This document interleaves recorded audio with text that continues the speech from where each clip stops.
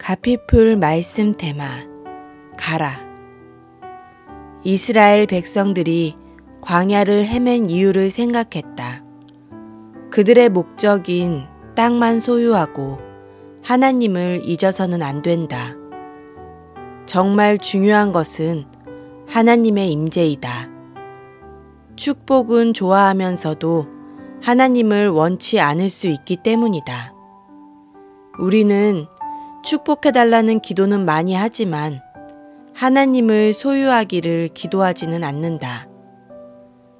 하나님은 모세에게 약속한 땅은 주겠지만 그분은 함께 가지 않겠다고 말씀하셨다.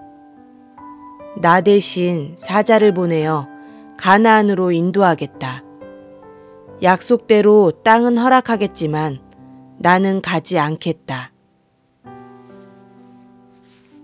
모세는 결사적으로 기도했다. 출애굽기 33장 12절에서 16절. 당신이 친히 가지 않으시려거든 우리만 가게 하시려거든 보내지 마십시오. 나와 주의 백성이 주의 목전에서 은총 입은 줄을 무엇으로 알겠습니까? 주께서 우리와 함께 행하심 때문입니다. 모세는 하나님의 임재가 세상 그 무엇보다 큰 축복이라는 사실을 알았다. 모세는 이미 왕의 아들로서 세상의 많은 것들을 경험했다. 하지만 주의 영광을 뵙고 나니 그분의 영광 앞에 나머지는 아무것도 아니었다. 만약 여러 결핍이 있어도 주님의 영광이면 충분했다. 우리는 하나님이 필요하지 약속의 땅이 필요한 것이 아니다. 광야는 먹을 것도 마실 것도 없는 곳이다.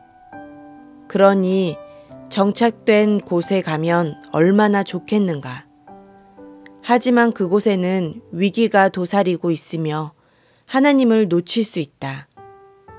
지금의 시대도 마찬가지다.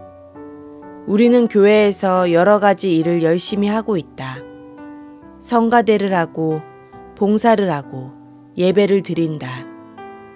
하지만 그것으로 하나님의 백성이라 구분할 수는 없다.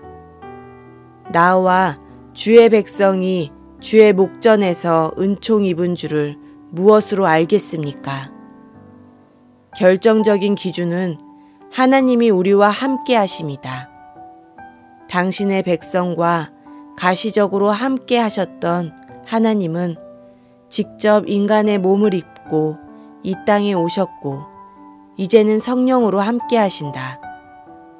우리 안에 계신 주님으로 말미암아 우리는 그분의 백성이 된다. 그분이 우리가 알지 못하는 선한 일을 이루어 가신다. 다윗은 왕이 되기 전에 광야에서 끊임없이 인생을 경험했다. 광야에서의 시간은 수많은 결핍에도 불구하고 주님으로 인해 얼마나 충만한가를 경험하는 역설의 시간이었다. 같은 의미에서 우리 인생에도 일반적이지 않지만 소모적인 것 같은 시간이 필요하다. 그런 시간이 계속되면 내 인생이 망할 것 같지만 신기하게도 그렇지만은 않다. 하나님이 개입하시기 때문이다. 문제는 그 반대의 경우이다. 주님이 개입하지 않은 인생, 내버려두는 인생이 비극이며 절망이다. 이스라엘 백성들은 가나안으로의 막바지 여정을 떠났다. 그들은 요단 동쪽에 아모리 왕 시온도 바산 옥도 다 쳐서 물리쳐 그들의 땅을 점령했다. 모압 왕 발락은 이스라엘이 아모리인에게 행한 모든 일을 보았으므로 심히 두려워 번민했다. 민수기 22장 2절 3절. 결국 그 위세 앞에 겁을 먹고 주술자인 발람을 불러 이스라엘을 저주케 하려 했다. 발락의 말로 짐작해보면 당시 발람은 꽤 유명한 주술자였다. 나를 위하여 이 백성을 저주하라. 내가 혹 그들을 쳐서 이겨 이 땅에서 몰아내리라.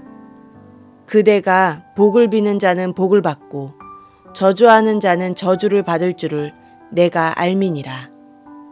민수기 22장 6절. 발락은 모압 장로들과 미디안 장로들에게 화려한 복채를 들려 발람에게 보냈다. 발람이 하나님께 그들과 가도 되는지 물었을 때 하나님은 그들과 함께 가지도 말고 그 백성을 저주하지도 말라고 하셨다. 그런데 발람이 또다시 묻자 하나님은 그에게 이렇게 말씀하신다. 그 사람들이 너를 부르러 왔거든. 일어나 함께 가라. 민수기 22장 20절. 발람은 말씀에 순종하여 아침에 일어나 자기 나귀에 안장을 지우고 발락에게로 향했다. 그런데 여호와의 사자가 길 가운데서 칼을 빼어 그를 죽이려 했다. 발람의 나귀가 결국 그를 3번이나 구하긴 했지만 이것은 어떻게 이해해야 할까? 하나님은 발람에게 가지 말라고 하셨다가 다시 그들을 따라가라고 하시고는 말씀에 순종해서 가는 사람을 죽이려고 하신다. 하지만 조금만 들여다보면 그 속에 얼마나 많은 이야기가 담겨 있는지 모른다.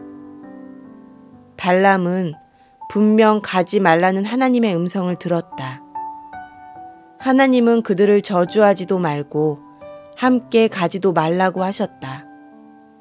왜냐하면 그들은 복을 받은 자들이기 때문이다. 민수기 22장 12절. 하지만 발락은 발람에게 더 높은 고관을 보내어 그를 높여 크게 존귀하게 하겠다며 무슨 소원이든 들어줄 것을 약속했다. 발람은 이 제안에 가슴이 뛰었을 것이다. 이미 마음이 넘어갔을지도 모른다. 그는 밤마다 하나님을 찾아가 자신이 듣고 싶은 음성을 들으려고 했는지도 모른다. 가라. 하나님은 발람이 원하는 대답을 해주셨다. 그것은 그가 당장이라도 듣고 싶던 응답이었다. 하지만 결과적으로는 얼마나 두려운 일이 되었는가. 결국 하나님은 발람의 욕심이 이끄는 대로 그를 내버려 두신 것이다. 많은 사람이 자신의 욕심이 이끄는 대로 살아가며 하나님은 이런 나를 이해하실 거야 라고 스스로 하나님의 위로를 챙기고는 자기가 원하는 길을 선택하여 걸어간다. 그런 막연함과 안일함의 결과는 무엇인가? 어쩌면 하나님이 더 적극적으로 개입하고 막으시는 것이 축복일지도 모른다. 내 욕심대로, 흘러가는 대로, 살아가는 인생을 향해 베드로 후서는 이렇게 말했다. 그들은 바른 길을 버리고 그릇된 길로 갔습니다. 불의의 싹을 사랑한 불의의 아들 발람의 길을 따라간 것입니다. 그러나 발람은 자기의 범죄에 대하여 책망을 들었습니다. 말 못하는 나귀가 사람의 소리로 말하여 이 예언자의 미친 행동을 막은 것입니다. 이 사람들은 물없는 샘이요, 폭풍에 밀려가는 안개입니다. 베드로 후서 2장 15절에서 17절 3번이요. 다행히도 발람의 말 못하는 나귀가 그의 미친 행동을 기적적으로 막아주었다. 내가 욕심을 따라 흘러갈 때 과연 누가 막아줄 수 있을까? 내 욕심을 쫓아 하나님의 음성과 응답을 따내려 한다면 칭호만 다를 뿐 수많은 잡신을 대하는 것과 다를 바가 없다. 갓피플 말씀 테마. 가라.